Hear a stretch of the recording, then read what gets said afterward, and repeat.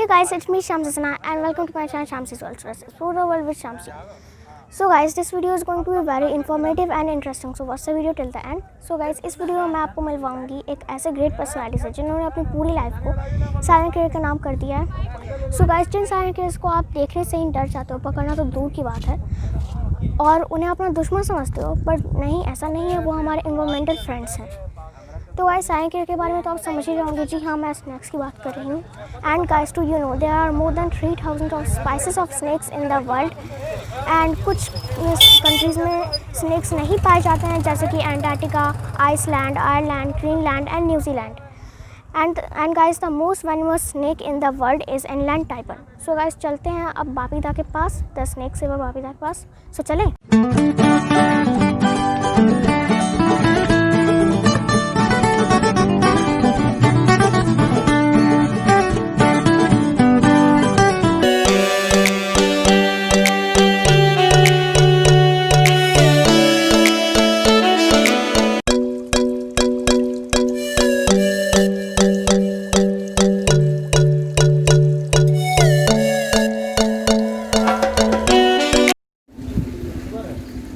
तो ये देखिए गाइस, हम आ चुके हैं बापीदा के घर और चलिए अब मिलते हैं द स्नैक सेवर बापीदा से.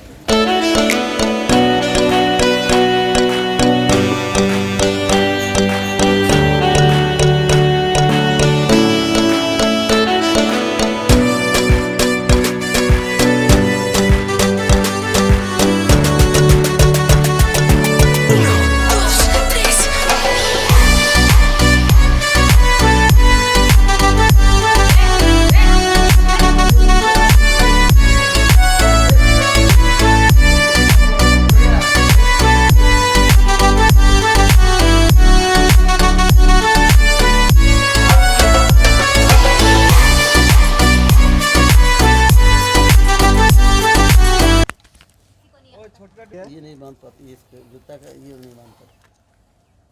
लाल लाल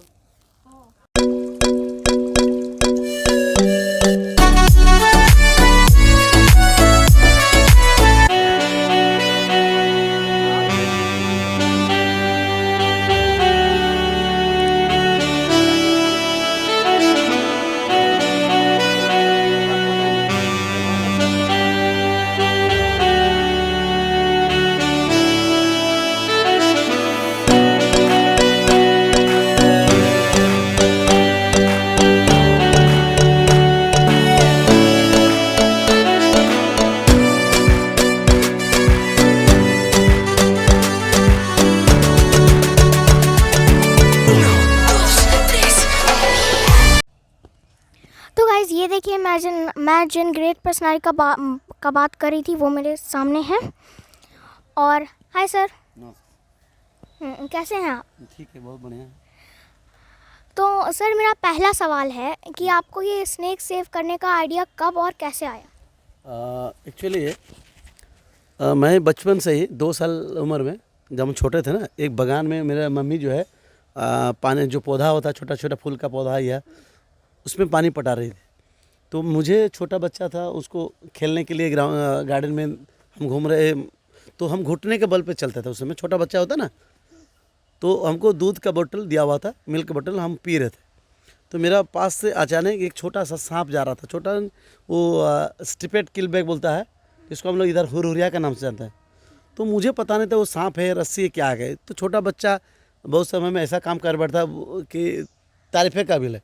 तो उस समय हुआ क्या, मैं दूध का बोतल में उस सांप को मारने लगा और ज़मीन था गीला, बगान में हल्का घास था, वो घास गीला, जिसके वजह से वो जब हम मारे ना, तो वो सांप वहाँ पर उसी में मेरा हाथ में लिपट गया. तो मेरा माँ को अचानक देखी, चिल्लाने लगी और सांप को निकाल के फेंक दी. तो ये फेंक दिए तो आदमी लोग इसको बढ़ा चढ़ा के ये बोल दिया कि अपना माँ पीछे बैठी थी, माँ को बचाने के लिए छोटा बच्चा सांप पकड़, हो सकता है ये भगवान का रूप है. ऐसा ऐसा करके आदमी तेल मसाला लगा के बना दिए. और जैसे जैसे मैं बड़ा हुआ तो आदमी मेरा पीछे ये साया जो हमको छोड़ा नहीं, हर आदमी बोलता अरे ये सांप पकड़ लिया था बचपन में, ये छोटा बच्चा था सांप पकड़ लिया. ये चीज़ स्कूल में गए वही हाल, कॉलेज में जाए तो इससे क्या होता था, कहीं पे सांप निकलता था तो मैं उसको वाहवाही पाने के लिए पकड़ लेता था. अब कुछ आदमी लोग ताली बजाते थे तो इससे हमको मतलब हौसला जाहिर होता और हम खुद अपने आप को सोचते हम बहुत बड़ा काम किया.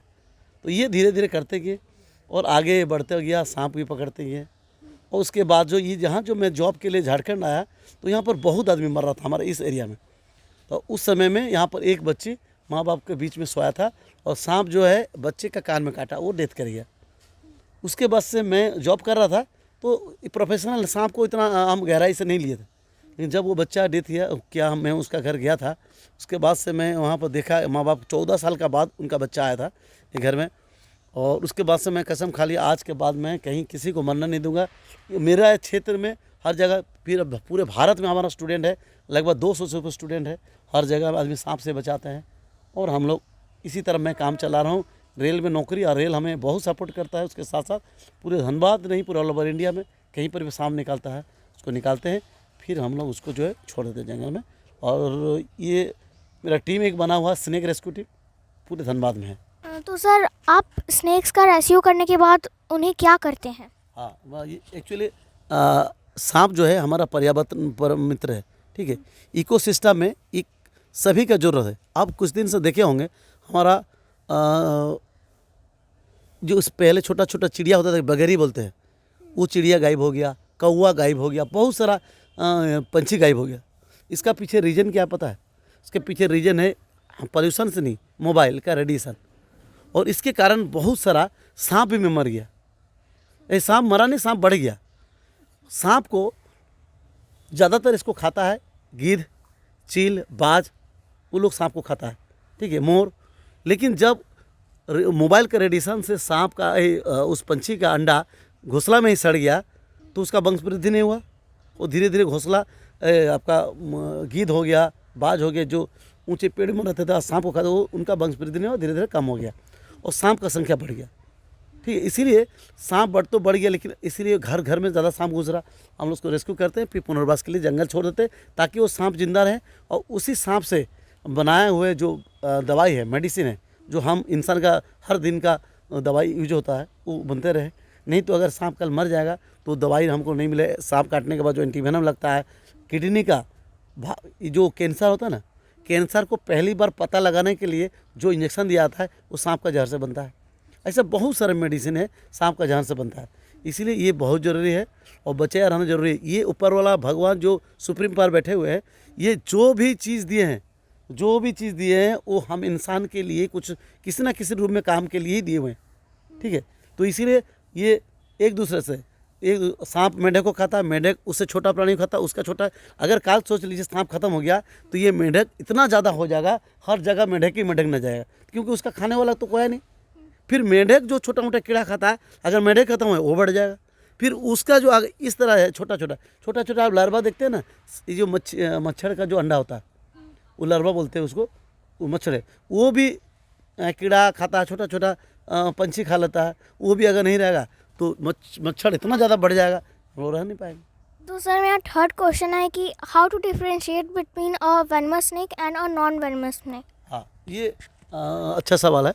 वेनमस और नॉन वेनमस दोनों में देखिए, ज़्यादातर हम झारखंड में 24 प्रकार का सांप है। हम झारखंड में, भारत में 274 स्पीसीज, ठीक है।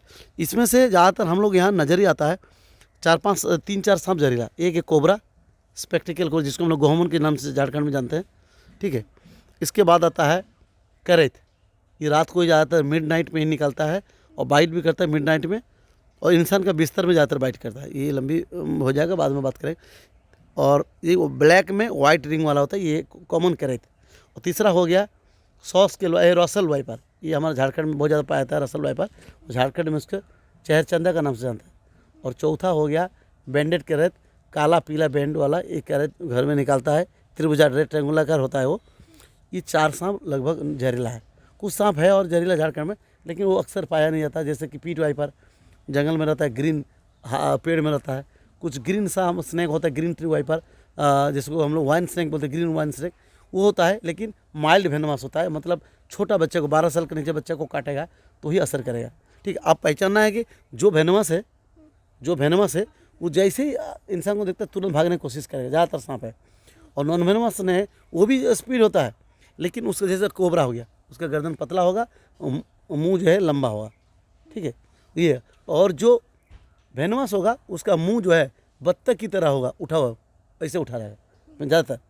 ठीक है। और वेनोमस स्नेक कुछ सांप जैसे आप उसके पास जाते हैं वो फन उठा के परिवर्तित हो जाता है अलग मुद्रा में, तो सोच लीजिए वो वेनोमस स्नेक है, ठीक है। एक करैद होता है, करैद ब्लैक करैद, पहचानना है वेनोमस और नॉन वेनोमस। ऐसा तो नहीं पब्लिक उसको उठा के उसका आँख को देखेगा, आँख से पहचाना जाता है। किसी के आँख में जो आईबॉल होता है वो वर्टिकल होता है, ठीक है।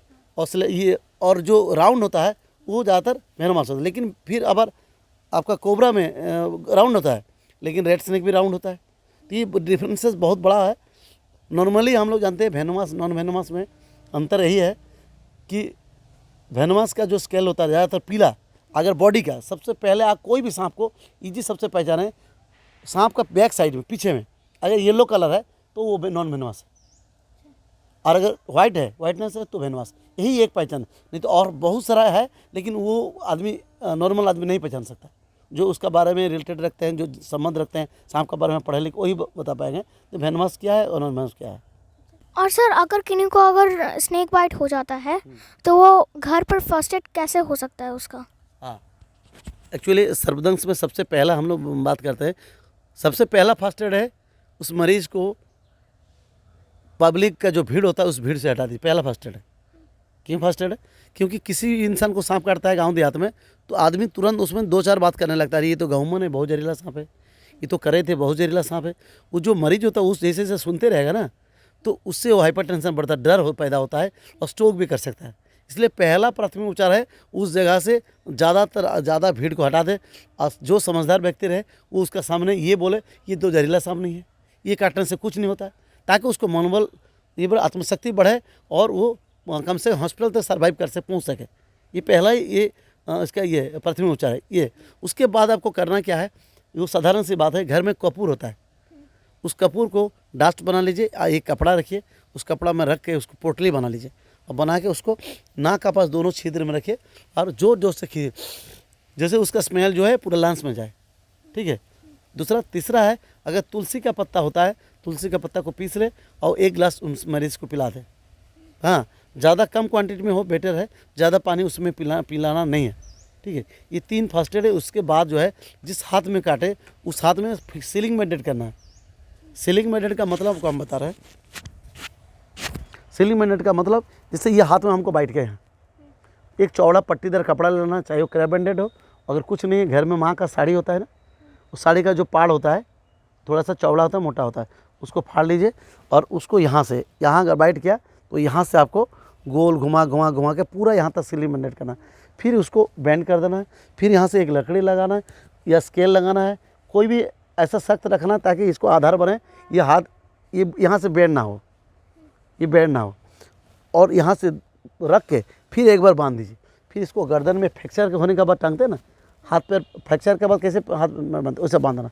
इसके बांधने का रीज़न ये है, अगर आप उसको खुला रखते हैं ना तो हम लोग गांव घर में बहुत सारा बिना डॉक्टर पढ़ा MBBS का डॉक्टर बन जाता है।